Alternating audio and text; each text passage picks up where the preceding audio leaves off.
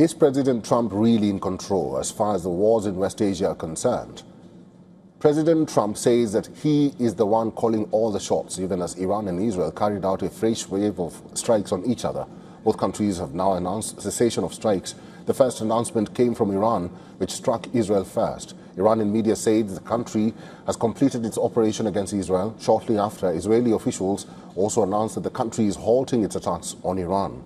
The announcement comes shortly after President Trump urged both sides to stop shooting immediately. In another Truth Social post, the president said that both sides are looking for a ceasefire. He said, and I quote, "Final negotiations on peace are proceeding subject to ignorance or stupidity getting in its way.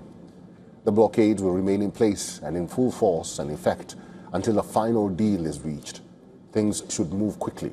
For now, Iran and Israel have ended their strikes, but Lebanon still remains a volatile front. Israel has threatened to strike Beirut if Hezbollah attacks Israeli towns and settlements.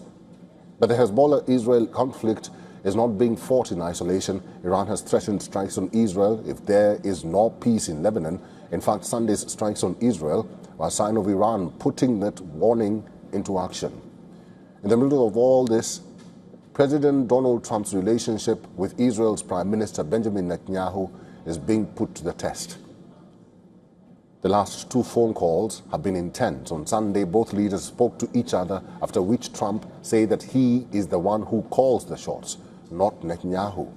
The latest statement comes a few days after the phone call in which Trump called Netanyahu crazy and lashed out at the Israeli leader for the increasing attacks on Lebanon.